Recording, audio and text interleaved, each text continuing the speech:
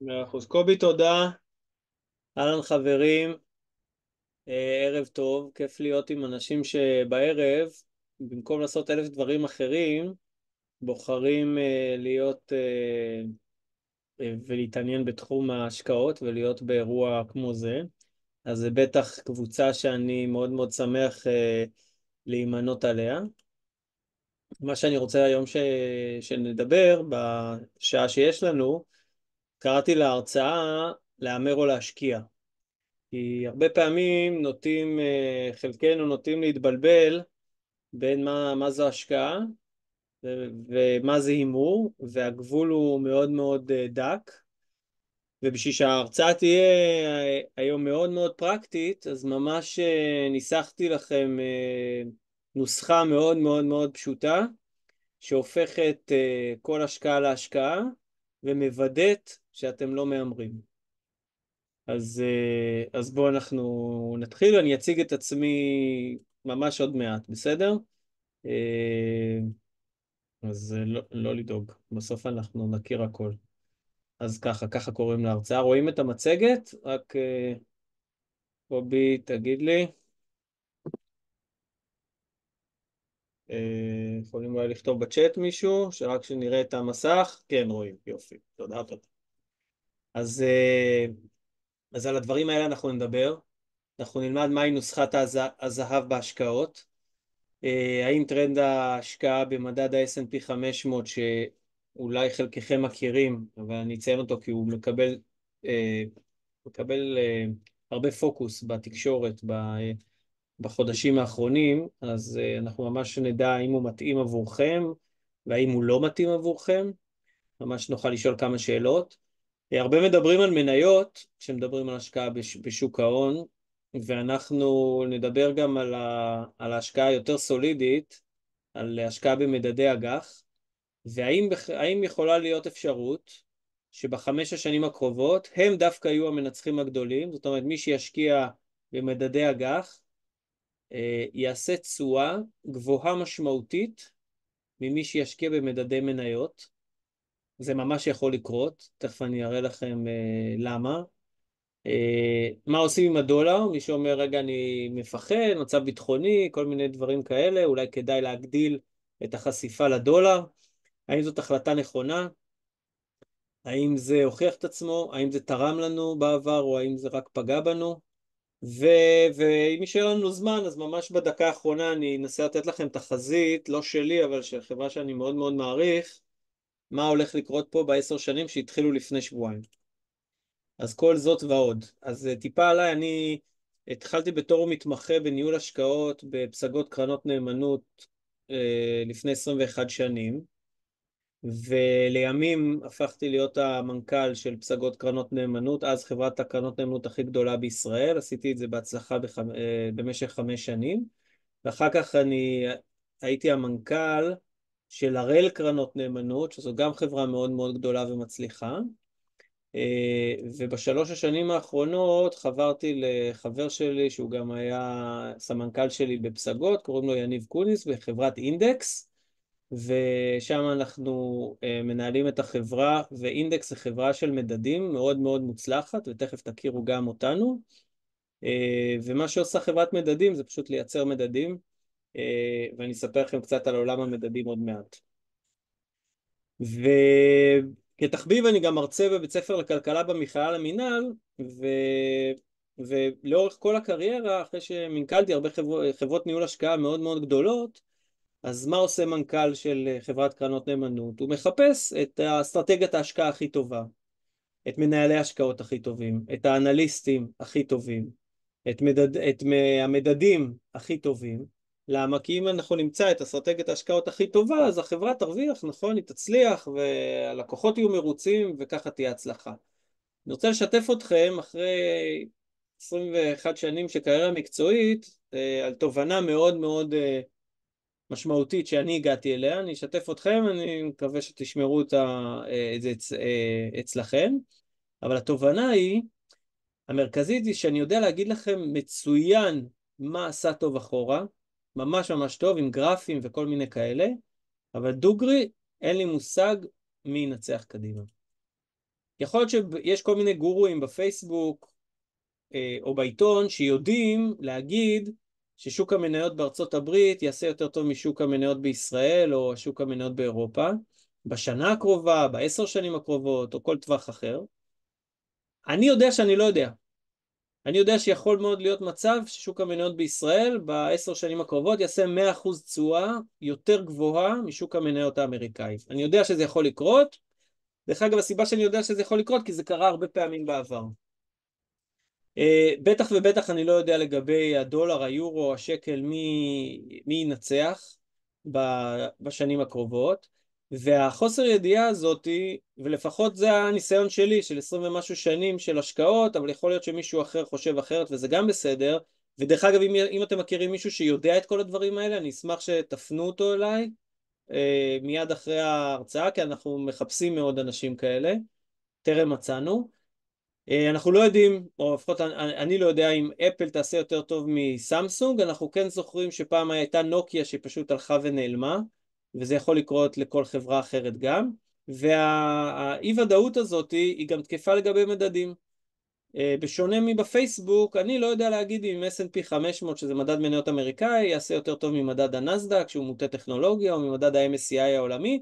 אני כן זוכר שפעם שדיברו על מדדים, רק דיברו כל הזמן על מדד הדאו ג'ונס, אבל איזה קטע, היום פחות מדברים עליו. וזה אני מניח שכל מי שפה והוא מתעניין בעולם ההשקעות, אז הוא בוודאי יסכים איתי מהניסיון שלו, שבאמת אי אפשר לדעת מי יהיה מנהל ההשקעות הטוב ביותר, מי היום מנהל ההשקעות הכי טוב בישראל, או מי יהיה מנהל ההשקעות הכי טוב בישראל ב5 שנים הקרובות, ב10 שנים הקרובות. אנחנו לא יכולים באמת לדעת. אנחנו יודעים להגיד מעולה מי כרגע באיזשהו חתך זמן אקראי שנבחר, לא משנה, מתחילת שנה, 2.5, או תבחרו כראות עיניכם, אנחנו יכולים לבחור מה שאנחנו רוצים, אבל תמיד יש שם מישהו שהוא מקום ראשון. אנחנו פשוט יודעים שאין שום ודאות שהוא ימשיך להיות מקום ראשון גם קדימה. למה? כי זה כל כך הרבה פעמים בעבר מישהו שהוא היה מקום ראשון פשוט הפסיק להיות מקום ראשון, ופשוט אף אחד לא הודיע לנו את זה. אז זה גם אנחנו יודעים. ואם תחשבו על זה, העולם הפיננסי הרבה פעמים, או השימוש בעולם הפיננסי יש דברים מדהימים, כן? מנהלי השקעות הם מאוד מאוד איכותיים, חברות הביטוח, בתי השקעות הם גופים מאוד מאוד רציניים, אבל השימוש במכשירי השקעה הוא נראה בערך ככה. זה כאילו כל בית השקעות פותח איזה דוכן למחירה של תשואות עבר וגרפים, וברגע נתון הוא אומר הנה אני מקום ראשון ובואו אליי. אבל אנחנו יודעים שהמקום ראשון הזה הרבה פעמים הוא מתחלף. תמיד אנחנו נורא מקבלים ביטחון ממי שכרגע הוא מקום ראשון, אבל אנחנו יודעים שזה לא תמיד נשאר ככה. וכל הסביבה הזאת מייצרת לנו כמשקיעים הרבה מאוד רעש מיותר, מבלבל, ולא רק שזה מבלבל, הוא גם גורם לנו להרוויח פחות. כי אם בסוף אנחנו מבינים שכל החברים האלה בסוף, בעוד 20 שנה אנחנו לא יודעים מי יעשה יותר טוב מהשני, כי גם יהיו גם כל הזמן שינויים, ואנשים יתחלפו, המנהלי השקעות יתחלפו, יעברו בין בתי השקעות שונים, בעלויות ישתנו, לא, יהיה הרבה שינויים, ובסוף רובם יעשו קרוב לממוצע. אז אם כל פעם אנחנו נקנה את מי שעשה הרבה מעל הממוצע, ובסוף אנחנו אמורים לקבל תשואה כמו הממוצע, אז אנחנו דווקא נחווה את החוויה הפחות טובה, את החלקים של ההתכנסות לממוצע שלו, החלקים שהוא יעשה פחות מהממוצע, כי כבר פספסנו את התקופה הטובה שלו. אז מה בכל זאת? אוקיי, אז עד עכשיו יש לנו מלא אי ודאות, ואני לא יודע את זה ולא יודעים את זה ולא יודעים מי ינהל ואיזה מדד ואיזה מדינה ואיזה מטבע. אז מה כן? אם לא יודעים שום דבר, אז מה, לא נעשה כלום? לא, השקעות זה מעולה, זה יכול להצמיח לנו את הכסף, וחשוב מאוד להשקיע ושהכסף לא יישב סתם בחשבון הבנק ויעלה אבק או יישחק בגלל האינפלציה. אז מה שאני מלמד את הסטודנטים שלי בשיעור הראשון במכללה למינהל בבית ספר הכלכלה, זה את הדבר הבא, ואני מוכן לחשוף את זה בפניכם. זה נוסחת הזהב בהשקעות, אני קורא לה. זה אני פיתחתי אותה, אני מרשה לכם להשתמש בה ואפילו להפיץ אותה ללא זכויות יוצרים, ממש ככה. והנוסחה הזאת היא יחסית פשוטה, היא מורכבת משלושה חלקים. השלב הראשון זה לפזר, D, diversify, לפזר וכמה שיותר. 2 זה להישאר, S זה stay, כמה להישאר? כמה שיותר לאורך זמן. ושלוש, שזה החלק הכי חשוב, זה לזכור טוב את העקרונות 1 ו-2. שזה R, שזה Remember, והנוסחה המתמטית, כי נוסחה בשביל שתכבד את עצמה צריכה להיות כזאת מתמטית, אז זה D כפול S בחזקת R שווה הרבה כסף. אוקיי. עכשיו, בגדול, זה כל מה שצריך לדעת בהשקעות. כל השאר זה רעש. אם נעשה את זה כמו שצריך, ועכשיו אנחנו נלמד, או לפחות אני אציג לכם, איך אפשר לעשות את זה כמו שצריך, ואנחנו נעזר במישהו שהוא כבר ידע מתוך כל התיקון 190 ופוליסת חיסכון, ואיפה יש לי יתרונות מיסויים, ומה לשים בקרן השתלמות, ומה לקחת בקופת גמל ההשקעה. זה טכניקה שסוכן ביטוח יודע לעשות את זה מאוד מאוד טוב, כי זה העולם שלו, וזה מכניקה שצריך הרבה מאוד ידע, אבל העקרונות הבסיסיים של איך אני מרוויח בשוק ההון, זה זה. אתם לא צריכים יותר מזה הרבה. עכשיו נדבר מה זה לפזר. אז המשימה הראשונה שלנו זה לפזר, ובשביל לפזר כמו שצריך, ועכשיו כל אחד ייקח ממה שאנחנו אומרים פה, ויבדוק את עצמו, את תיק ההשקעות שלו בבנק, את הפוליסת חיסכון שלו, את קופת הגמל, את הקרן פנסיה, האם היא ככה מתנהלת, ואם כן זה מצוין, ואם לא, אז יש מה לעשות וצריך לשנות את זה. צריך לפזר את זה גיאוגרפית. 100% בישראל זה טוב? ברור שלא. 100% בארצות הברית?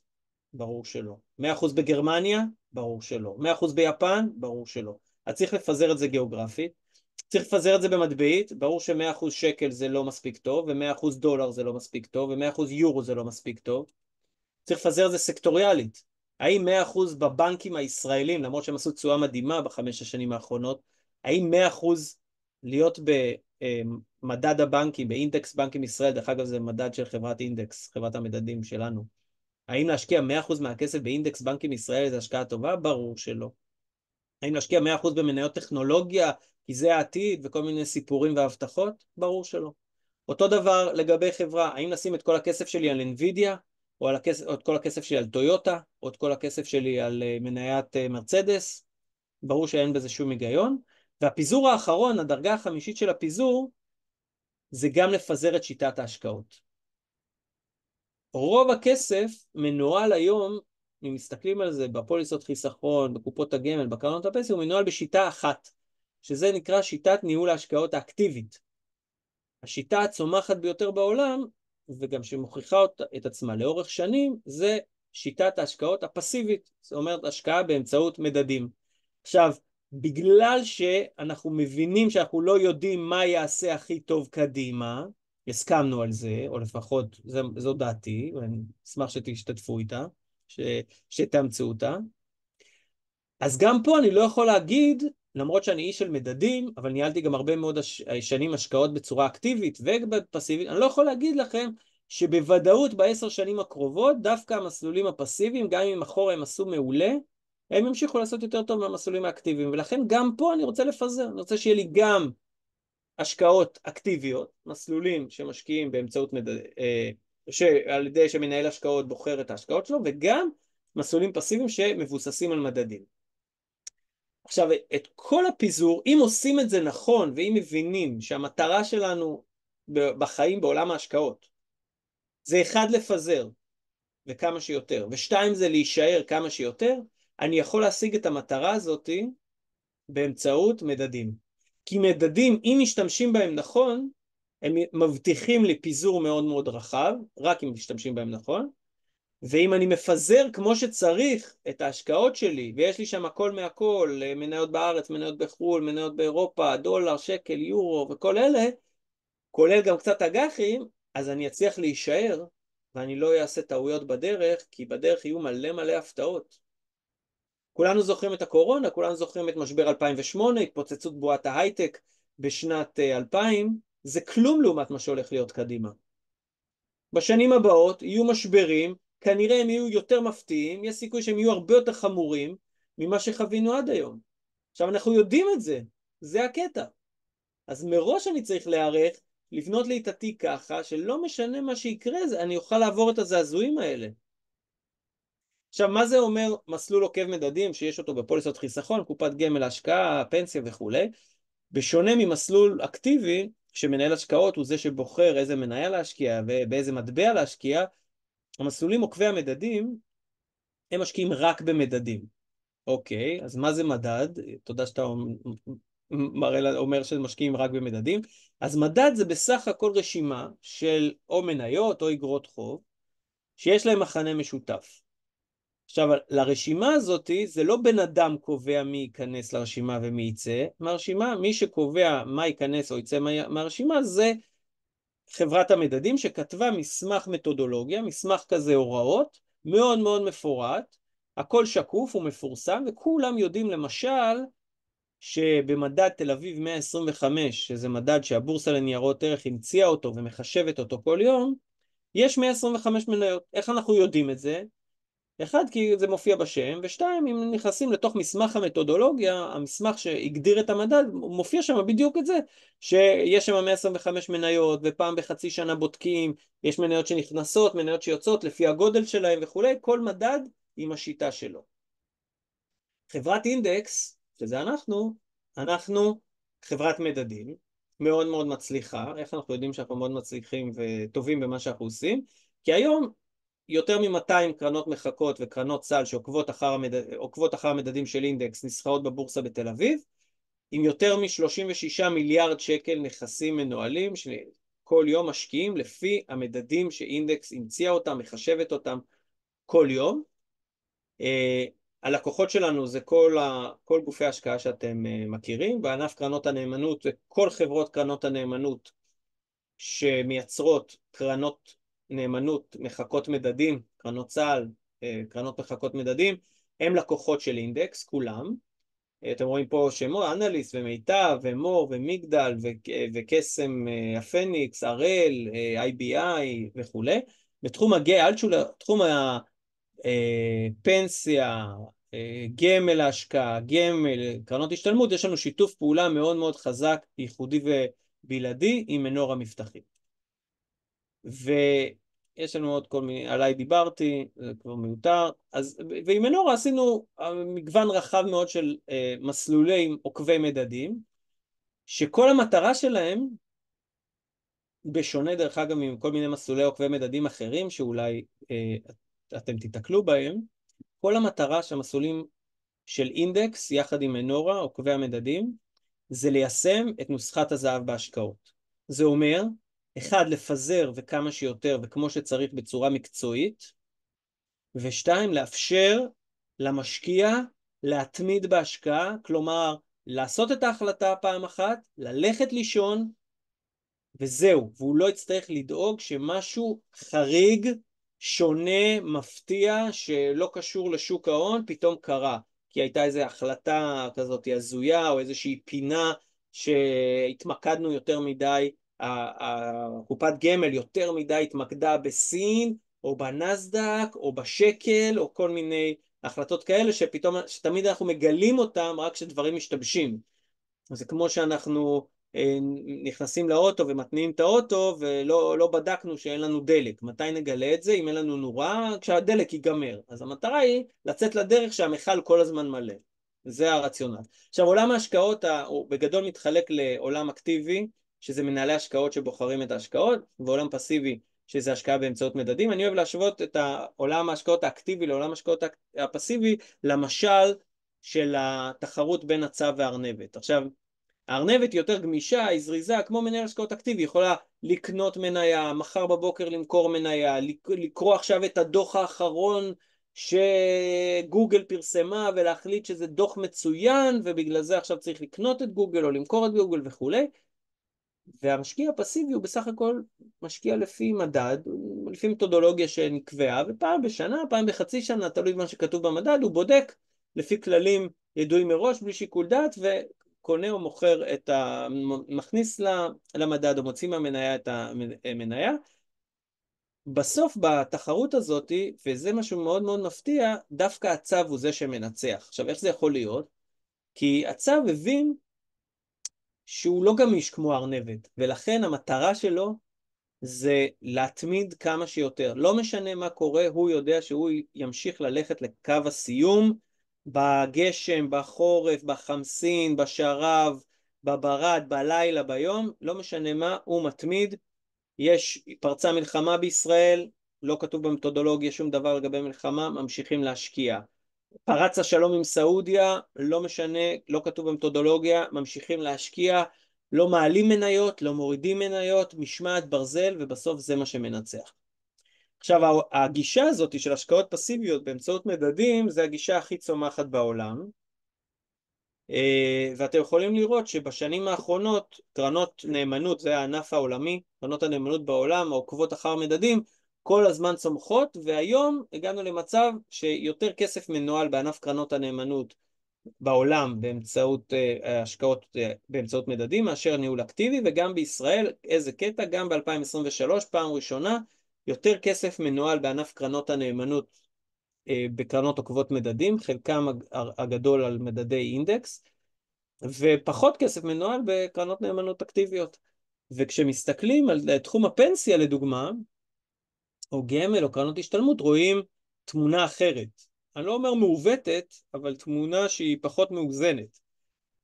ולכן מה שקורה בשנה האחרונה ומה שיקרה בשנים הבאות זה שיותר כסף יעבור בצורה הגיונית ממסלולים אקטיביים, שזה כל פעם התחרות ממקום ראשון בגמלנט ואיזה מנהל השקעות כביכול יהיה הכי הכי טוב בשנים הבאות, למסלולים עוקבי מדדים שהם מתנהלים לפי מדדים, ואם הם בנויים כמו שצריך, אז המטרה שלהם זה לפזר את ההשקעות כמה שיותר ולאפשר לכם להתמיד כמה שיותר.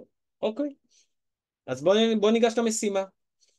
אז הבנו את המטרה שלנו, עכשיו בואו נראה איך אנחנו מיישמים אותה. דרך אגב, אתם יכולים ליישם את כל מה שאני אומר פה, אתם יכולים ליישם לבד. זאת אומרת, כל אחד שמנהל השקעות עם עצמו, בדרך חשבון הבנק, יכול להשתמש, לעשות את אותה חשיבה, לעשות גם לבד, וכמובן אפשר ליישם את זה גם דרך מכשירי השקעה, קופות גמל, פוליסות חיסכון וכן הלאה.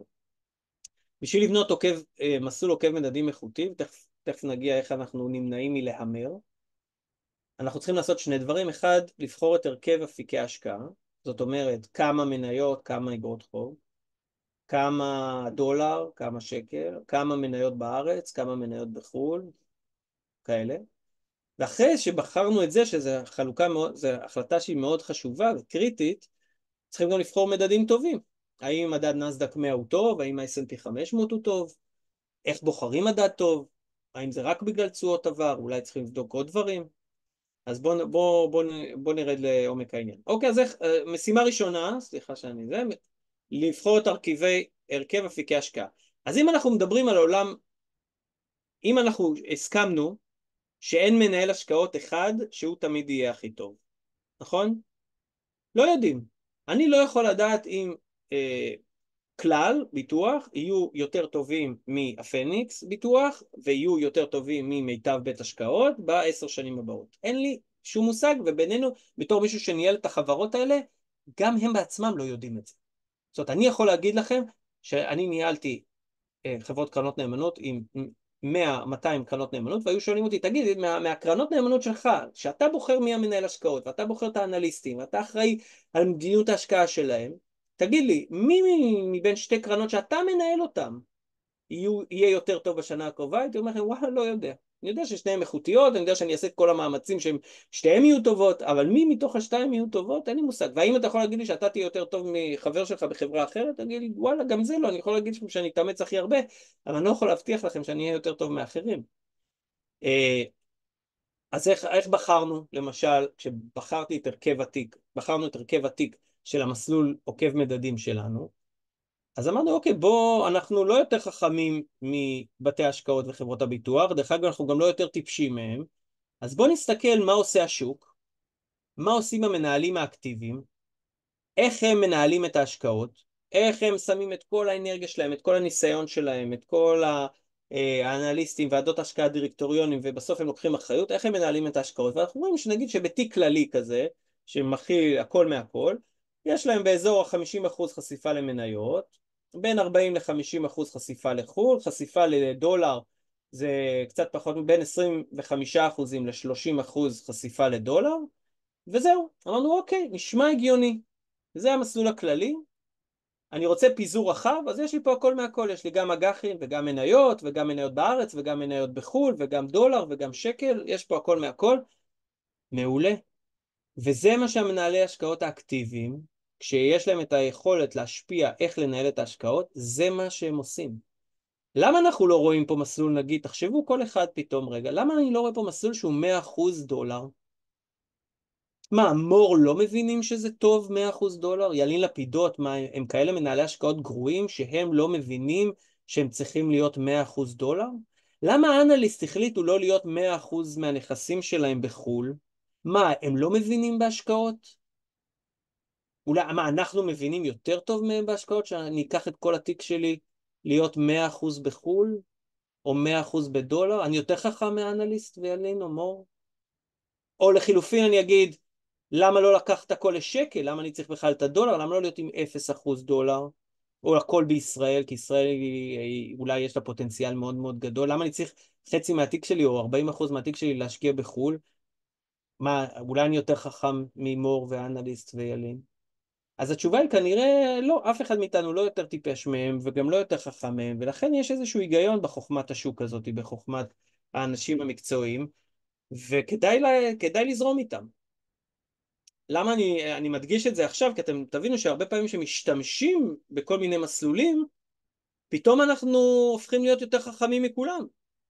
פתאום אנחנו מחליטים, מה, אני רוצה 100% דולר, אני רוצה 100% מניות, אני רוצה 100% מניות בחול, כל מיני, אחר כך דרך אגב בעוד שנה אנחנו נחליף ונגיד אנחנו רוצים 100% שקל, אנחנו רוצים 100% מניות בישראל, כל מיני החלטות שהן מאוד קיצוניות, שזה בדיוק הפוך מניהול השקעות איכותי, מקצועי, שמבוסס על הרבה מאוד ניסיון.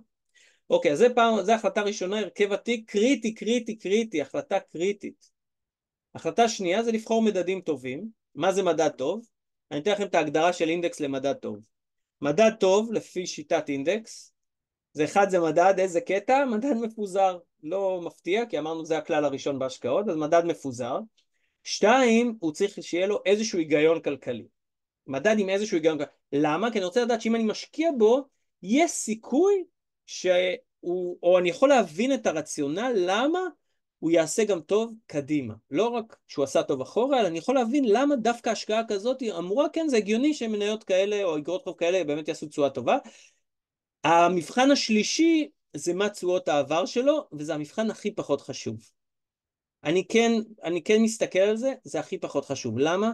כי אף אחד לא יכול להבטיח לי כלום לגבי תשואה קדימה.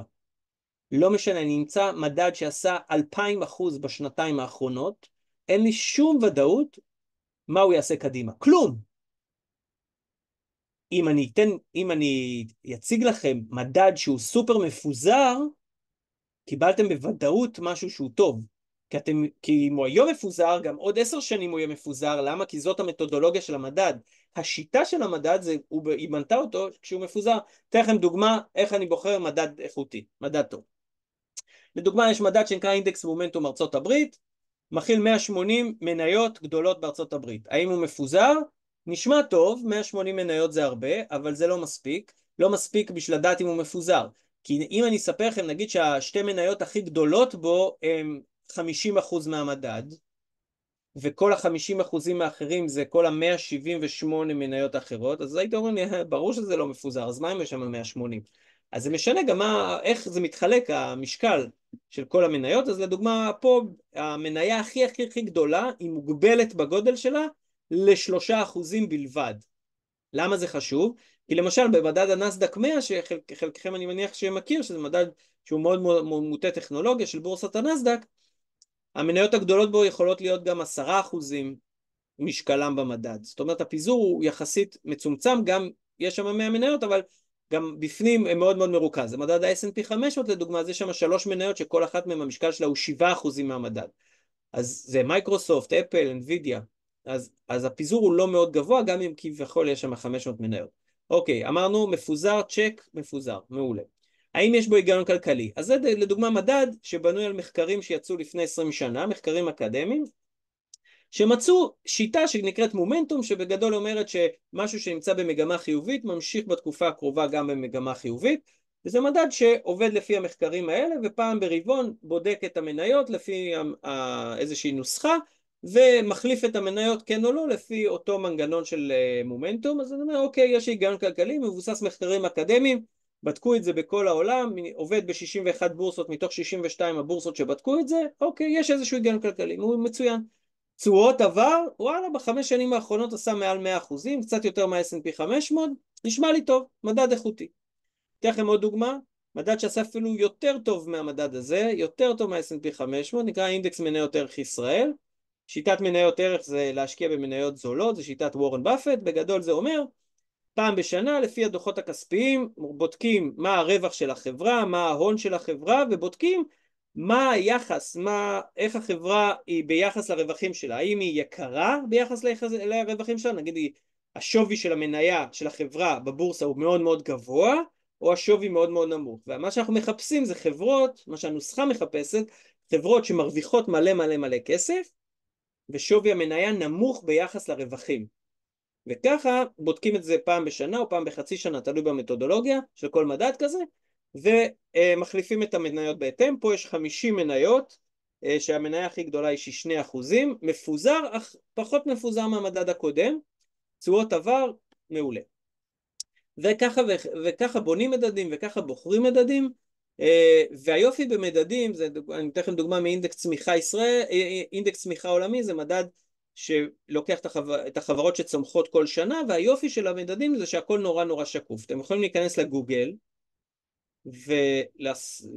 ולכתוב אינדקס צמיחה עולמי, אתם יכולים להגיע לאתר של אינדקס או לאתר של ביזפורטל, או גם, זה נכון לגבי גם מדדים אחרים, ואז אתם נכנסים לאתר ואתם רואים שאמזון היא 3%, ואנווידיה היא 3%, ואפל ומייקרוסופט ופייסבוק היא 2.9%, ואתם יכולים להסתכל ולראות מה המדד עשה אתמול, ומה הוא עשה לפני חודש, וב-2022 וב-2020, וכן הלאה וכן הלאה. הכל נורא נורא שקוף וברור.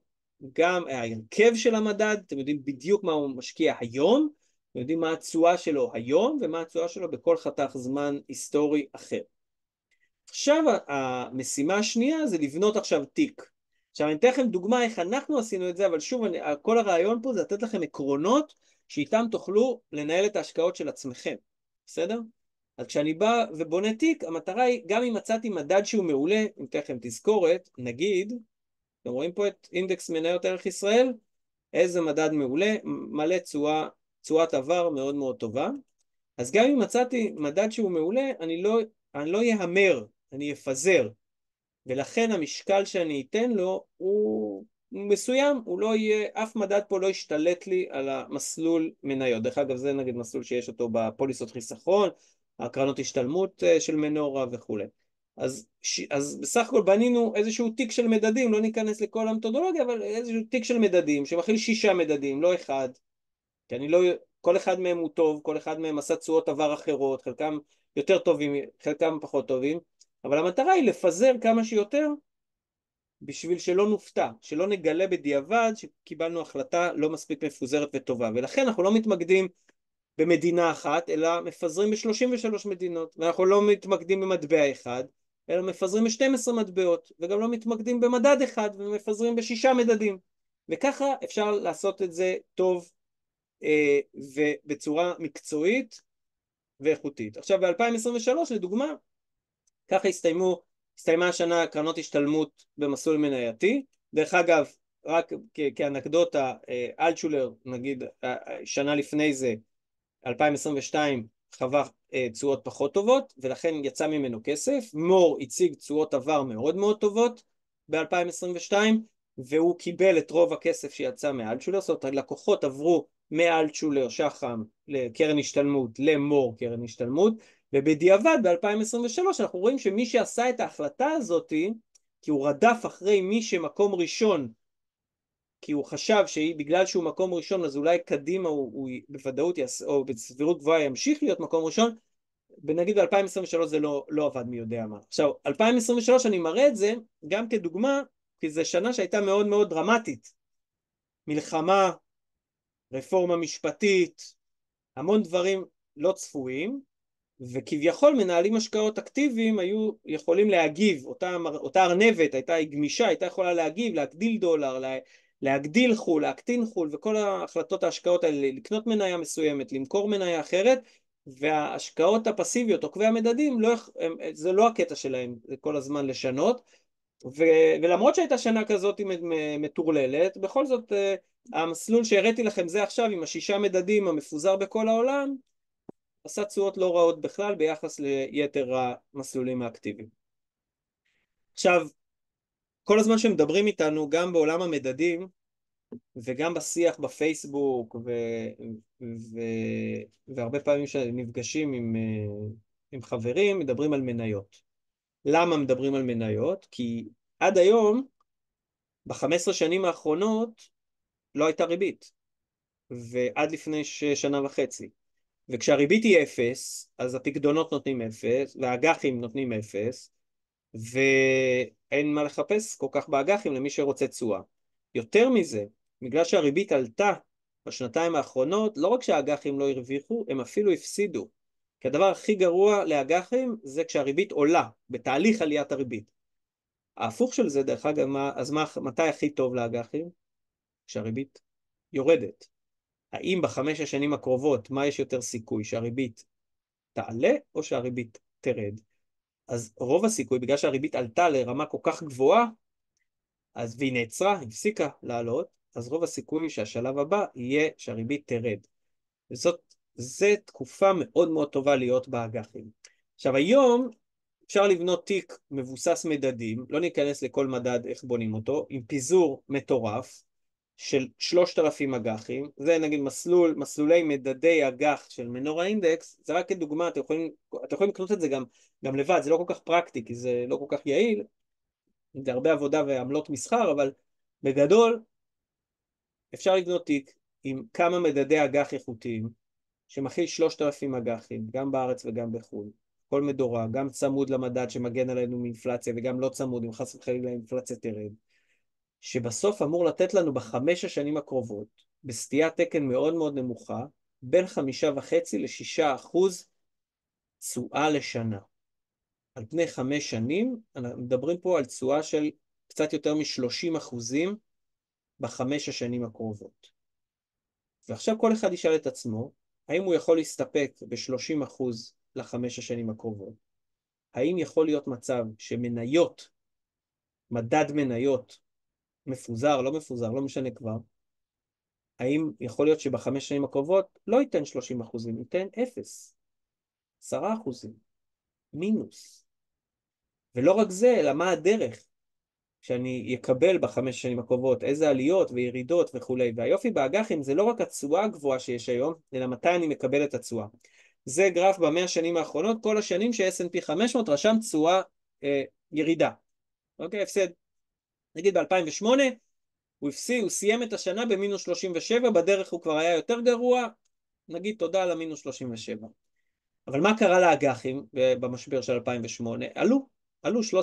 עכשיו זה אחרת לגמרי להיות במסלול השקעה, שהוא 100% מניות, דולר, ארצות הברית, שיורד 37%, או להיות במסלול שמשלב גם מניות בחו"ל, גם מניות בישראל, גם אג"חים בחו"ל, גם אג"חים בישראל, שבאותה שנה האג"חים יגנו עלינו, ולא רק שהם לא ירדו, הם יעלו, ובאותה שנה במקום להפסיד 37%, אנחנו נפסיד רק, נגיד, 15%, שזה עדיין כואב, או 10%, זה עדיין יהיה כואב, אבל אפשר הרבה יותר בקלות להתאושש ממשהו כזה, ואם אתם זוכרים את המטרה הראשונית שלנו, אחד זה לפזר, אבל אנחנו מפזרים כדי להישאר, אז ברור לנו שמסלול שמשלב מניות ואג"חים יחד, הסיכוי שאנחנו נצליח להישאר, גם במשבר כמו 2008, שיכול מאוד להיות להגיע גם בעוד 3 שנים, או עוד 2 אולי אפילו יותר גרוע, אני לא יודע, הרבה יותר גבוה. אז יש כוח מאוד מאוד חזק לשלב אג"חים. עכשיו בואו נדבר רגע על הדולר, כי זה גם איזשהו טרנד, שהרבה אנשים היום מהמרים, לא משקיעים, דולר זה לא השקעה, זה הימור, שמרגישים בנוח להמר על הדולר. כי כל הרעיון שלי, כשאני משקיע באג"חים או בחלק סולידי, אני רוצה שזה ייראה ככה. אני רוצה איזושהי סטיית תקן נמוכה, משהו שכל שנה בגדול לא יזוז הרבה, לפעמים, לרוב הוא יעלה, לפעמים הוא גם קצת ירד, אבל לא יהיה שם תנודות מאוד מאוד חדות, כי את הכאב ראש ורכבת הרים אני מקבל מהמניות, כן? אז שיהיה לי משהו שהוא יתנהג קצת אחרת ממניות, יותר רגוע, וככה. עכשיו, זה אחלה, זה כלי מעולה שמתאים רוב המשקיעים, לא משנה באיזה גיל הם ולא משנה באיזה רמת ידע יש להם בשוק ההון. להשקיע באג"חים היום כלי מטורף, מדהים. מה הבעיה אבל? שוב פעם, לא לוקחים את המכשיר, לא משתמשים בו כמו שצריך. כי אם אני מצמיד את הרכיב אג"ח ועכשיו אני נגיד קונה מסלול שהוא 100% חול, 100% דולר, יש בו 50% אג"חים, מעולה. מה זה אומר? שהצמדתי את הדבר היציב הזה שנקרא אג"ח לרכבת הרים שנקראת מטח. זה שער הדולר ב-25 השנים האחרונות. התחלנו ב4 שקלים, היה לנו מיתונים ומלחמות ומבצעים וחילופי שלטון ומה לא, והיום אנחנו בשער, נכון להיום, 3.64. מה קיבלנו בדרך? תשואה בטח שלא, כאב ראש וכאב לב ברור, וגם אנחנו אף פעם הרי לא יודעים מתי נרצה את הכסף, נכון? אנחנו לא יודעים מתי בדיוק נזדקק לכסף. אם בדיוק נזדקק לכסף שהדולר יורד 10% באותה שנה, הרי כל שנה הוא עולה או יורד 10%, ולפעמים יותר, לא, ואנחנו לא יודעים מה הכיוון, מה יקרה בעוד 10 שנים. אז זה בטח לא השקעה שאני אשים ב100% מהכסף שלי, על הדולר. ובטח ובטח ובטח אני לא אשים את החלק הסולידי שלי על הדולר, כי אם עשיתי את זה, איבדתי למעשה את כל המשמעות של האג"ח. כי אם אני בסך הכל באג"ח רוצה לייצר לי תשואה של בין 5.5% ל6% תשואה בממוצע לשנה, אבל הצמדתי את האג"חים האלה למכשיר, לדולר, שעולה או יורד 10%, אז אין שום משמעות לאג"ח. מה שאני אחווה, התשואה שאני אראה בסוף, זה מה שהדולר עושה, לא מה שעושה אג"חים. חבל על הסיכון, חבל על המאמץ. זה בטח לא תיק סולידי, בטח לא תיק מפוזר, בטח לא תיק שיאפשר לנו להישאר ולא לעשות טעויות. תכף אני אענה לשאלות.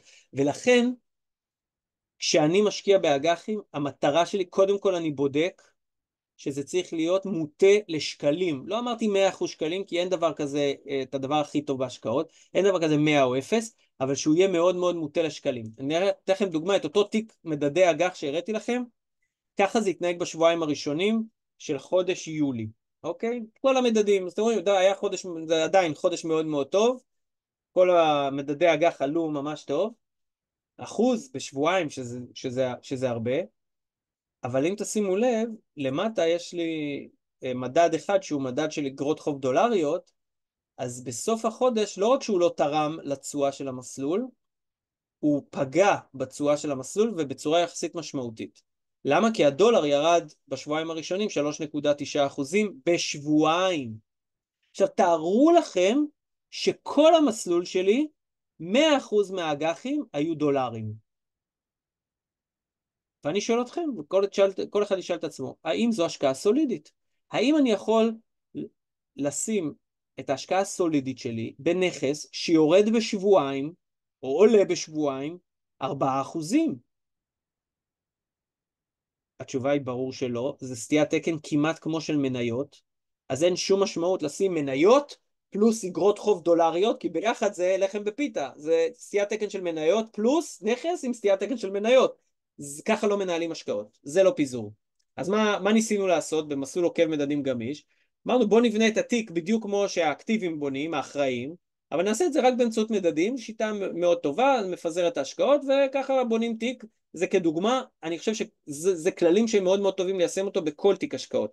בין אם אתם עושים את זה בקרן השתלמות, בין אם אתם משקיעים בצורה עצמאית בקרנות סל או מחקות או ETFים בחו"ל, מה שתבחרו.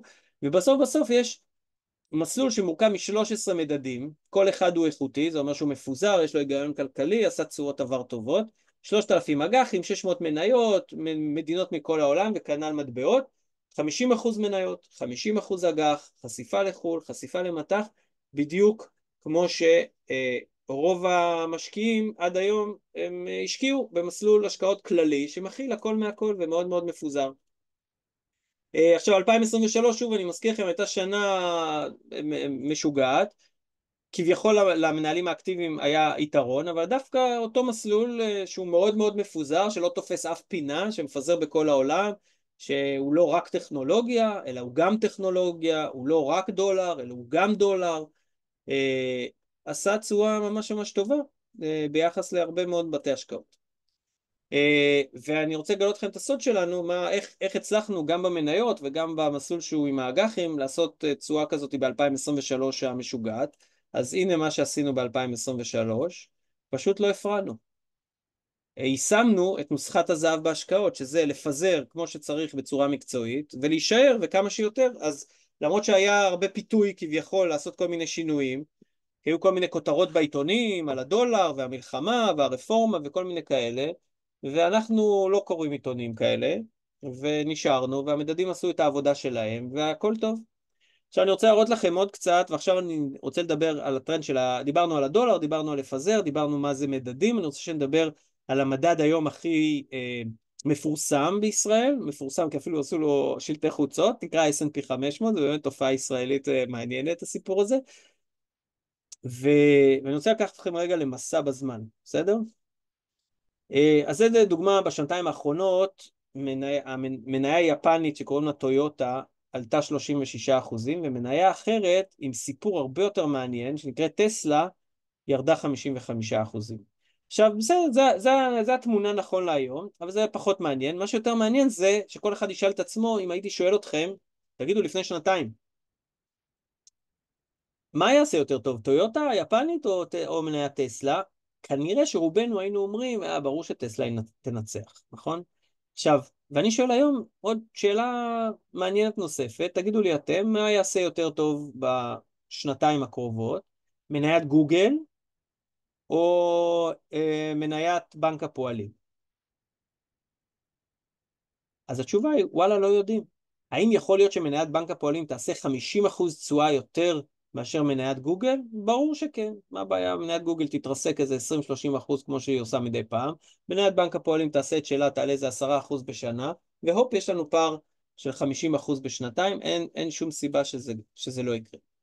אז נגיד, כן, אבל אני מבין שהשקעה במדדים זה טוב, אז למה לא פשוט נחקור, נמצא איזה מדד כזה ממש ממש ממש טוב, שאנחנו נקבל איזה ביטחון עליו, איזה נסדק כזה, איזה S&P, ונשקיע רק בו, נלך מה שנקרא all in, כי זה גם מדד, זה מפוזר, ויהיה טוב, כי ההיסטוריה הוכיחה, מה זה אומר בכלל, כן? ההיסטוריה הוכיחה שזה מוכיח את עצמו, אז למה לא? אז ככה זה נראה, ובגלל זה נורא קל לשכנע, נגיד להשקיע ב-S&P 500, כי אתם רואים, אם תראו איזה תשואה 14 שנים, מאז שנת 2010, S&P 500 עולה 370%, מניות מחוץ לארצות הברית עושות תשואה ממש לא טובה. שווקים מתעוררים בכלל עושים גרוע, זה הודו, סין, ברזיל, כל אלה, כמעט ללא שינוי, פער מאוד מאוד גדול. מי שהשקיע רק ב-S&P 500 ולא בשווקים מתעוררים, באותם 14 שנים עשה מצוין. שאלה שאנחנו עכשיו צריכים לשאול את עצמנו, בדיוק את אותו תרגיל כמו טויוטה וטסלה, מה היה קורה אם היה לנו מכונת זמן והיינו חוזרים לשנת 2010, אז מה היינו צריכים לעשות? ברור, אז היינו צריכים להשקיע ב-S&P 500. אני לא יודע מה אנחנו צריכים לעשות היום, אבל אני יודע שאז היינו צריכים להשקיע ב-S&P 500. אז נגיד, יש לנו מכונת זמן, ואנחנו חוזרים לשנת 2010, ועכשיו נגיד אנחנו עושים עכשיו מין כנס כזה בזום, אז לא היה זום, אובמה היה נשיא, זום עוד לא הייתה, והייתי אומר לכם, תשמעו חבר'ה, אני חושב ש-S&P 500 זה השקעה ממש ממש טובה, בואו תשקיעו ב-S&P 500.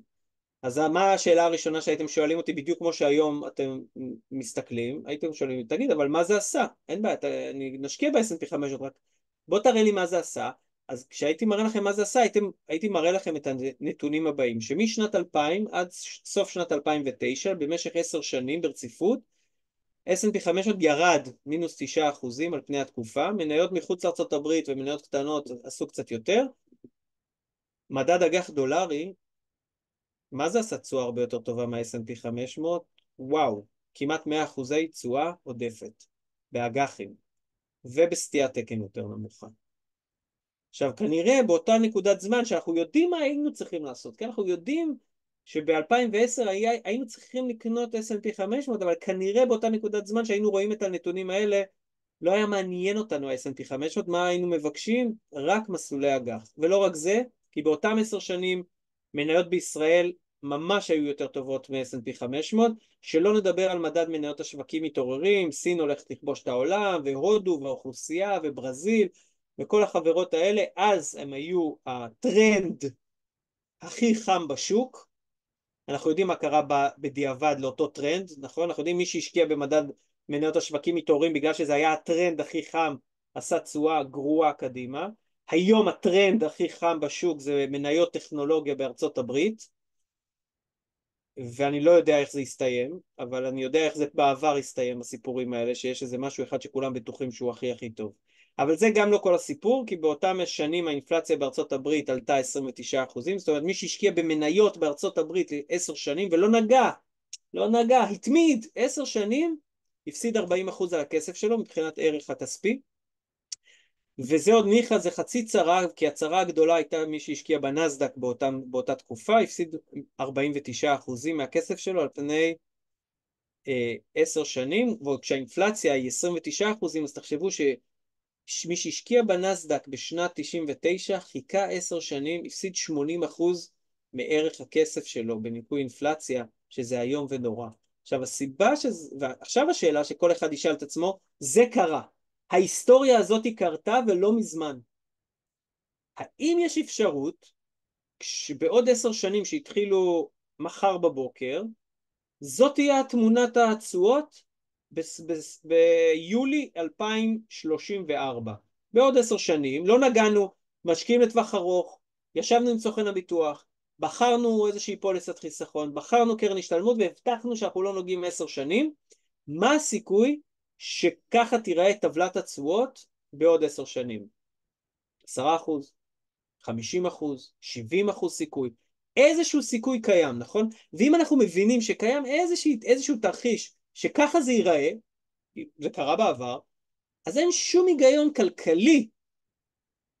כלכלי לוותר מראש על אג"חים, על מניות מחוץ לארצות הברית, על קצת מניות שווקים מתעוררים, קצת מניות בישראל, שום היגיון, ולהתמקד רק במניות טכנולוגיה או רק מניות גדולות בארצות הברית. כי מי שהתמקד נגיד רק בטכנולוגיה אז, בשנת 99, היה נורא קל למכור את הנסדק, כי הוא עלה 100% בשנת 1999, אז כולם נורא רצו לקנות אותו, כי הוא נראה מדהים, תשואות העבר היו פנטסטיות, אבל אז הגיעה שנת 2000, בשנת 2001, בשנת 2002, וכל הרווחים נמחקו, וקשה מאוד להתמיד. זוכרים מה המטרה שלנו? לפזר ולהתמיד. כשאני משקיע בנסדק 100, הסיכוי שאני אצליח להתמיד הוא קרוב לאפס. הוא קרוב לאפס. כי אם זאת התנודתיות שאני חווה, אתה צריך להיות או עם עצבים ברזל או לא אנושי. רוב האנשים אין להם את שתי התכונות האלה. עכשיו, העולם הוא מאוד מאוד גדול, ואין, בגדול, ככה נראית מפת העולם. מי שמשקיע ב-S&P 500 אומר בעצם שהעולם נראה ככה, ויש רק מטבע אחד, ויש רק מדינה אחת, וזה ממש לא נכון. אז לדוגמה, כשבנינו את המסלול פנסיה של מנור המבטחים, שהוא עוקב אחרי מדדי מניות, והוא משקיע ספציפית במסלול הזה רק בחול, כי יש שם גם אגרות חוב מיועדות, אז הוא משקיע רק בחול, במניות בחול, אז הוא מפוזר בכל העולם, בהרבה מאוד מדינות, הרבה ארצות הברית, אבל לא רק, ובתוך ארצות הברית גם פיזור מאוד מאוד רחב, לא רק מניות טכנולוגיה גדולות, גם, לא רק. וכשעושים פיזור מטבעי, אז גם פה בונים את זה בצורה מקצועית, כמו שצריך. יש 50% בערך דולר, חלק מהחשיפה הדולרית אפשר לנטרל, מה שנקרא גידור מטח, הופכים את הדולר לשקל, יש איזה מנגנון כזה שאפשר לעשות אותו, ויורו ודולר הונג קונגי ויין יפני ודולר קנדי וכולי, והרבה מאוד מטבעות אחרים, לא רק דולר, כי אנחנו רוצים לפזר וכמה שיותר. ואפרופו רק שנבין על ה-S&P 500, תכף אני אתן לכם כל מיני שאלות שתשאלו את עצמכם האם זה מתאים לכם. יכול להיות שיש אנשים שמתאים להם, אני לא כל כך מכיר אותם, אבל יכול להיות שיש כאלה שזה מתאים להם, נגיד ללכת all in על איזשהו מדד מסוים, או דווקא על ה-S&P 500, אולי יש כאלה. אז תדעו, זה לא אותו S&P 500 שאתם מכירים מההיסטוריה.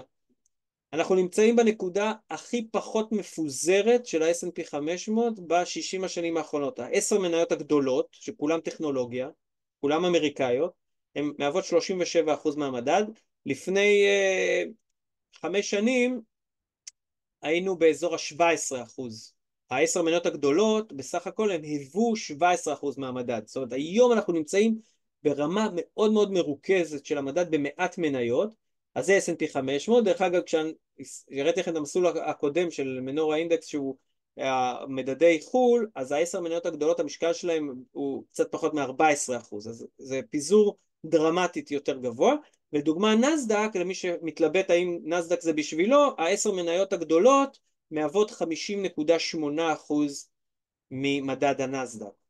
אז זה בטח לא פיזור, ואם אתם מתחברים לנושא של נוסחת הזהב בהשקעות, נסדק 100 הוא לא עומד בזה. כי הוא גם מאוד מאוד מרוכז, הוא לא מפוזר, לא רק שזה 10 מניות גדולות, כולם טכנולוגיה, ו-S&P 500 אפשר להתווכח, לטעמי הוא גם לא עומד לא ברמה של התנודתיות ולא ברמה של הפיזור.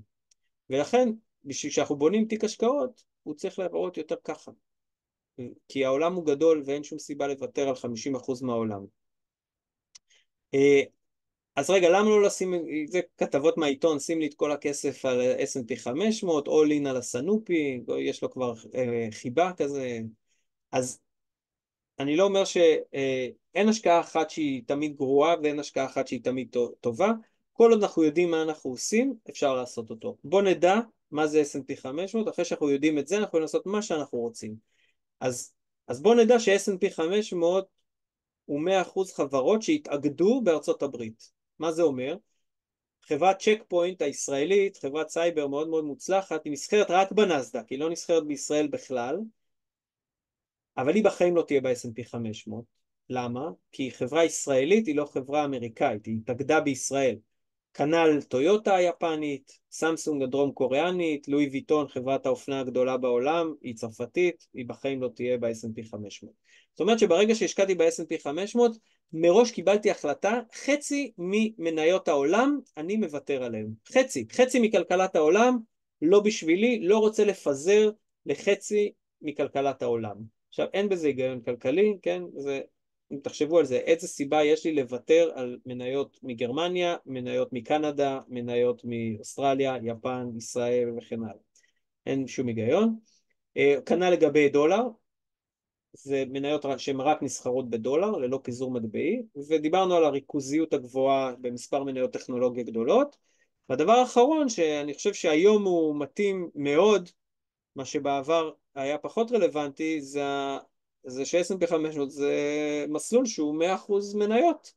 והיום, כשיש לי באג"ח עם תשואה ממוצעת של מעל 5%, אני חושב שזה, צריך לחשוב טוב אם אני מוותר על זה. צריך לחשוב טוב מאוד. כשאני מסתכל על מה שקורה היום בשוק, אנחנו מגיעים כבר לקראת סיום, ואחר כך אני אענה לשאלות, בעוד 5 דקות, על הטרנד שלוקח בגדול אנשים שהם לא בהכרח הם משקיעי שוק הון מנוסים. מה זה אומר להיות משקיע שוק הון מנוסה? זה להיות עם הרבה כסף במשברים. במה? במסלול שהיום אתה משקיע בו. זאת אומרת, אם אני הייתי עם הרבה כסף במשבר 2008 בקרן השתלמות כללית, שיש לה אג"חים ומניות בארץ, בחול, דולר, שקל, יורו וכולי, ועברתי עם זה בשלום, אם הייתי ב-2008 עם 100% מניות ארצות הברית בדולר, הייתי חווה את החוויה הזאת אחרת. עכשיו, אם עברתי את החוויה הזאת, לא כבן אדם, אלא כמשקיע במסלול של 100% מניות, וואלה, אז אני יודע משהו על עצמי. אבל כל עוד שאני לא עשיתי את זה, אז אני לא יודע. ולכן, אז מי שבוחר, נגיד, לזוז מהמסלול הכללי, שהוא מאוד מאוד מפוזר ובנוי מקצועית נכון, לכיוון מסלול של S&P 500, בגלל כי התשואה מאוד, זה לא, יכול להיות גם מסלול טכנולוגיה, לא משנה, כל משהו שהוא נורא מלהיב כזה, והרבה סיכון והרבה תשואה, ואז הוא יכול נורא נורא להתלהב, אבל אז מה שהרבה פעמים קורה, להרבה מאוד לקוחות, לא כולם, זה שאחרי שנה או אחרי שנה וחצי, מתישהו מגיע האירוע הזה, ופתאום אותו אחד שהיה רגיל להיות במסלול הכללי לרמת סיכון מסוימת, ופתאום הוא הגדיל מאוד את רמת הסיכון שלו, פתאום הוא אומר, מה זה? זה לא סיפרו לי, לא ידעתי שיכול לקרות דבר כזה, ומה שאותו משקיע רואה, זה את הדבר הבא. זה 100 שנים, הירידה הכי חדה שקרתה בכל שנה קלנדרית. לדוגמה, ב-1929, ה-S&P בחישוב לאחור ירד באותה שנה מינוס 57. זאת אומרת, זה לא שהוא סיים את השנה במינוס 57, היה נקודה אחת שהוא ירד 57. כנ"ל ב-2008 במשבר, הוא ירד 48%. הוא סיים את השנה הרבה יותר טוב, מינוס 37%. אבל היה יום אחד, שבוע, שהוא היה במינוס 48. ומה זה אומר? זאת אומרת שהתחלנו את השנה עם קרן השתלמות של $1,000,000 ב-S&P 500, וביוני ה$1,000,000 האלה היו שווים 520. עכשיו זה נכון שתוך 6 שנים או 5 שנים החזרנו את ההפסד. אם לא נגענו, ה-520 היו חוזרים ל$1,000,000 תוך איזה 5-6 שנים. אבל לא בטוח שאחד היינו ישנים בלילה, שזה גם ערך בהשקעות, לא בטוח שלא היינו נשברים בדרך, לראות ה$1,000,000 שלנו יורדים ל-520, ועוד מה שלא בטוח, כשאנחנו לא יכולים פשוט לדמיין את זה, כי מתי קורים הירידות החדות האלה, שאי הוודאות בשיא, שאף אחד לא יכול להבטיח לנו כלום, שתמיד קורה משהו מפתיע שלא קרה בעבר. כל הבסיס של משבר, זה משהו שזה פעם ראשונה קרה, ואין לנו מושג איך להתמודד איתו. כמו משבר הסאב פריים ב-2008, כמו בועת הטכנולוגיה, שזה דרך אגב קורה הרבה פעמים, התפוצצות של בועה, קורונה, אנחנו לא יודעים באותה נקודת זמן מה יהיה. לפעמים זה מסתדר, לפעמים זה לא מסתדר, לפעמים זה מסתדר, אבל זה לוקח הרבה מאוד זמן, לא תמיד לנו יש את הסבלנות. ואם המטרה שלנו זה להישאר, הדבר האחרון שאנחנו רוצים זה להשקיע במשהו שיגרום לנו לרדת מהאופנוע בעיתוי הלא נכון. וזה מה שעלול לקרות אם מראש שמנו את עצמנו ברמת סיכון שאינה מתאימה לנו. ולכן זה הדבר המרכזי כשאתם נפגשים עם מתכנן פנסיוני, פיננסי, ואתם יושבים איתו על ההשקעות שלכם, לא דמי ניהול, לא תשואות עבר, זה לא רלוונטי כי זה לא יעזור לכם להרוויח. מה שרלוונטי זה להתאים את רמת הסיכון שלכם ולוודא שאתם מפוזרים וכמה שיותר. זה שווה הון. הון 0.05% בדמי ניהול, זה אחלה, זה נותן לכם הרגשה טובה, זה לא ימנע מכם טעויות, זה לא ימנע מכם להפסיד כסף. פיזור השקעות כמו שצריך, זה הקטע. זה הקטע. בגלל זה שווה מאוד להתמקד בזה בשיחה. אוקיי? ולא לחפש כל מיני תשואות עבר, ולהרגיש טוב שהנה עברתי מאחד גרוע לאחד טוב, ולהתפלל טוב, ולהתאכזב עוד פעם בעוד שנתיים שלוש. אנחנו הגענו לשקף האחרון, אני רוצה, הבטחתי הבטחה גדולה,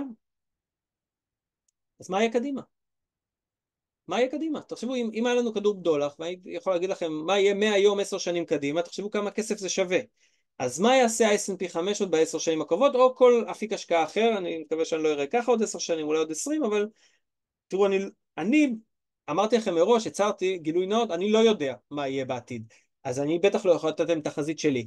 אז הבאתי לכם תחזית של חברה שאני מאוד מאוד מעריך, היא נקראת ונגארד. ונגארד זה חברת ההשקעות השנייה בגודלה בעולם, הראשונה היא בלקרוק, השנייה ונגארד, מנהלים טריליוני דולרים. היופי, למה אני מצטט בכוונה את ונגארד? אחד, כי הם, כולם מצטטים אותם. ג'ון בוגל הוא אבי תורת ההשקעות הפסיביות באמצעות מדדים, ייסד את חברת ונגארד, כל הגורואים בפייסבוק, מי שאומר להשקיע ב-S&P וכו', למעשה מצטט את הספר או את הספרים של ג'ון בוגל. לדוגמה, השקעות לעצלנים זה ספר מאוד מפורסם בישראל, ואיזשהו קהילת פייסבוק מאוד טובה, שגם מעודדת השקעות פסיביות, זה תמיר מנדובסקי, חבר שלי, בחור זהב. הפרק הראשון שלו אומר, בוא נראה מה ג'ון בוגל אומר, זה פילוסופיית ההשקעות, בגלל זה אני מאוד אוהב להקשיב להם. והדבר האחרון שיפה בוונגארד, חוץ מזה שהם מאוד מאוד גדולים, הם גם ללא מטרות רווח. הבעלים של חברת ונגארד זה הלקוחות שלהם, זאת אומרת הלקוחות בקרנות הנאמנות של ונגארד, זה הבעלים של ונגארד, אז זה בטח אין להם סיבה לעבוד עליי. אז מה שוונגארד עשו, אמרו, ניקח אנשים מאוד מאוד מאוד חכמים, שמכירים את כל ההיסטוריה של השווקים הפיננסיים מאז ועד עולם, ונבנה מודל סופר סופר מתוחכם, שמכניס את כל השכל שלנו, שמנסה לחזות מה יהיה קדימה. זאת אומרת, אם יש מישהו שמכיר את ההיסטוריה, ומוכן להסתמך על ההיסטוריה של השווקים הפיננסיים, כדאי שיקשיב לוונגארד, כי הם עשו את זה בצורה מטורפת. עכשיו את התחזית שלהם הם מפרסמים כל חודש, לכל עשרות מיליוני הלקוחות שלהם בארצות הברית ובעולם, תעשו Vanguard Prediction ותגיעו לזה. ואני אציג לכם פה את התחזית האחרונה שלהם בדיוק לפני חודש. מה שהם אומרים, שב10 שנים הקרובות, מדד ה-S&P 500 ייתן בממוצע לשנה 4.2, מדד הנסדק יעשה 1.4, אג"חים ייתנו 5.2% בממוצע לשנה, ומניות ללא ארצות הברית, מחוץ לארצות הברית, גרמניה, יפן, ישראל, סין, הודו וכולי, ייתנו 7.8% בממוצע, והאינפלציה תהיה 2.5% בממוצע. מה זה אומר? זה אומר שמשקיעי האג"ח הולכים לצחוק על משקיעי המניות, משקיעי הנסדק לא יצליחו לעשות את האינפלציה, ומי שישקיע מחוץ לארצות הברית יעשה מצוין. זה מה שוונגרד אומרים, זה התשואות המצטברות. ככה זה נראה. עכשיו, ראינו את התחזית הזאת. יש לנו 3 אפשרויות להתמודד איתה, להתייחס אליה. אופציה מספר 1, ככה, כותבים את זה פי, חט, חט, חט, חט, חט. מי זה ונגרד האלה? מה הם מבינים בכלל? אז מה אם הם מנהלים טריליונים? אז מה אם הם המציאו את שיטת ההשקעות? אז מה אם שיש להם את הקרן נאמנות S&P 500 הכי הראשונה בעולם והכי גדולה בעולם?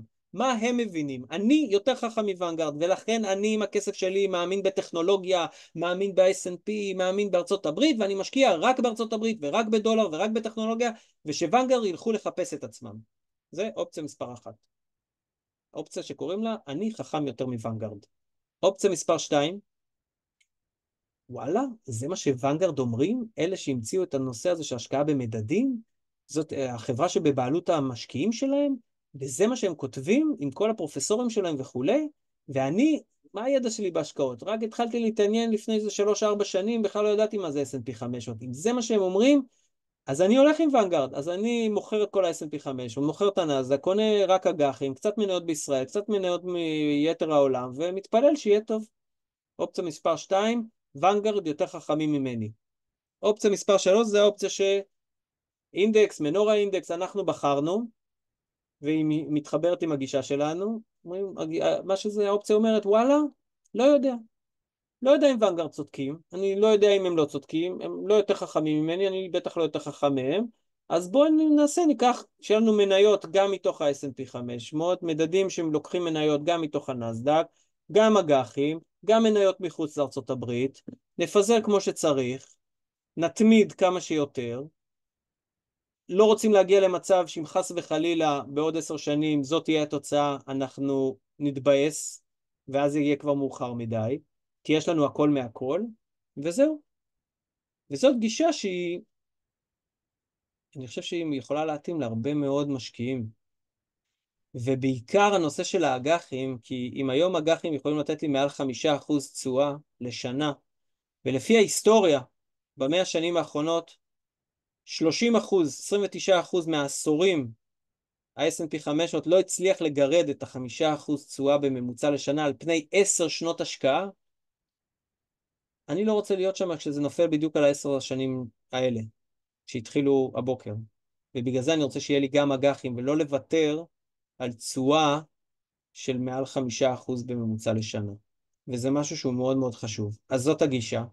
זה מה שאנחנו מנסים ליישם. לא מנסים להבטיח באף אחד. אם מישהו מבטיח לכם תשואות עתיד, תסתובבו. פשוט תסתובבו ותלכו, לא צריך לדבר יותר מדי. תבינו שאין בזה שום משמעות, אין מה שהוא אומר. אני מציע לכם שוב, ואני מזכיר, להתמקד בכל עולם ההשקעות, למרות שזה אולי לא סקסי, ואולי זה מרגיש שכאילו אנחנו לא מרוויחים מספיק את מה שאפשר, או אנחנו לא בטרנד של ה-AI, או כל מיני דברים כאלה, לדאוג שאתם מפוזרים וכמו שצריך, שזה אומר בכל העולם, בכל המטבעות, גם אג"חים, גם מניות, ואג"חים שקליים, לא דולרים, לפזר כמו שצריך, ואחרי שפיזרתם כמו שצריך, אתם יכולים גם להישאר כמו שצריך, וכל מה שאתם צריכים זה להיפגש פעם בשנה עם המתכנן הפיננסי שלכם, לראות שאתם נמצאים במקום הנכון, מנצלים את הטבות המס שלכם, לראות אם לא יצא איזה משהו בשוליים שאפשר אולי לשפר, אולי יצא איזשהו מוצר חדש שאפשר להשתמש בו בשביל להגדיל לכם את הפיזור, לא להגדיל לכם את המיקוד, אלא להגדיל לכם את הפיזור, ואתם תגיעו בשלום אל היעד. זאת המטרה. אז אני אפתח לשאלות, וממש ממש תודה על ההקשבה. טוב, אז כתבתי. אז תחפש אותי, רגע, מי אמר? לראיין גבי נתן, יש לי לינקדין, פייסבוק, אתה מוזמן לפנות אליי בלינקדין או בפייסבוק, ובשמחה. אז אם יש שאלות, אה, מה לגבי מדד שרפ? מי שואל? רגע, אתה יכול, קובי, אתה יכול רגע, השאלות זה רק בצ'אט. רק בצ'אט, אין בעיה. אז כן, אני אענה בשמחה, ותכתבו, פשוט תרגישו חופשי, אני גם אפילו לא אגיד מי, אז לא להתבייש. אה, אני רוצה לעשות לי ספוטלייט, כי לא רואים אותי, רואים אותך, אני חושב. אתה רואה אותי, כאילו בגדול, כן, כן, או... אני רואה אותך, רואים אותך מצוין. סבבה, אוקיי. אז מה לגבי מדד שרפ? זה כזה, זה שאלה למישהו ברמת מיומנות גבוהה, אז אני לא יודע כמה זה רלוונטי לכולם, אבל בגדול מדד שרפ בודק מה התשואה ביחס לסטיית התקן. אחורה יש מלא דברים שנראים טוב, אני אענה לך בדיוק באותו אופן של ההרצאה. גם אם הייתי מראה לך מדדי שרפ אחורה מעולים, זה לא אומר הרבה קדימה, כי התשואה יכולה להשתנות ואין לי יכולת לשלוט בזה, וגם סטיית התקן יכולה להשתנות ואין לי הרבה יכולת לשלוט על זה. על מה כן אני יכול לשלוט? על הפיזור. אז אם אני מוודא שאני מפזר רחב כמה שיותר, בדברים איכותיים, טובים, שאמורים, שיש להם היגיון כלכלי, שאמורים לייצר לי תשואה טובה קדימה, עשיתי את שלי, כנראה יהיה לי מדד שרפ טוב. להבטיח, אי אפשר להבטיח בהשקעות שום דבר, חוץ אם עשינו את העבודה שלנו כמו שצריך, שזה לפזר כמה שיותר. לכן אני פחות אוהב לעשות כל מיני השוואות של תשואות עבר, או מדדי שרפ, לא משנה, או סטיות תקן של עבר, כי קדימה זה לא אומר. כן, להבין מה אני משקיע. אם אני מבין שאני משקיע רק בדולר ורק מניות טכנולוגיה גדולות, זה לא מפוזר. אם אני מבין שאני משקיע בכל העולם, בכל המטבעות, זה כן מפוזר. כנראה זה לאורך, ברוב התרחישי העולם יעשה יותר טוב ממשהו שהוא ממוקד. כנראה. תמיד אנחנו יכולים ליפול על איזשהו תרחיש, שדווקא מי שהשקיע 100% ביפן עשה מעולה. בסדר, אבל זה נדע רק בדיעבד. זה לא דרך לנהל השקעות. או AI או טכנולוגיה או שקר כלשהו. אוקיי, האם אפשר להסביר על מדדי ברוטו ומדדי נטו?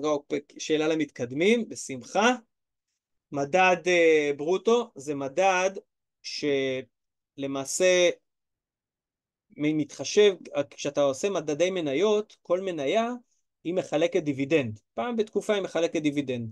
עכשיו, הדיבידנד הזה הוא ממוסה. זאת אומרת, מי שהוא מקבל את אה, אה, שהוא מחזיק במניה, הוא חייב לשלם מס, מנקים לו מס במקור. זאת אומרת, החברה חילקה $100, אבל אני כמשקיע קיבלתי רק $75, כי $25 הלכו למס הכנסה.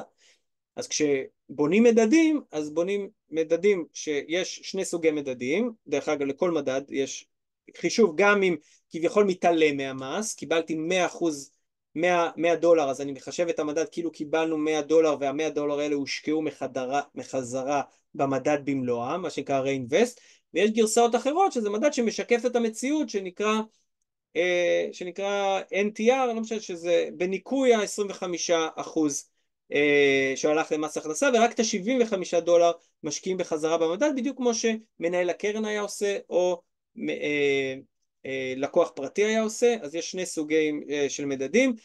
בגדול, אם השאלה זה לא לגבי המדדים, לגבי המכשירי ההשקעה עצמם, אז מכשירי ההשקעה בישראל, גם קרנות נאמנות וגם קופות גמל, זה משקיעים מוסדיים, הם פטורים ממס, כשמקבלים דיבידנד הם לא משלמים מס, ומשקיעים בחזרה את כל הדיבידנדים.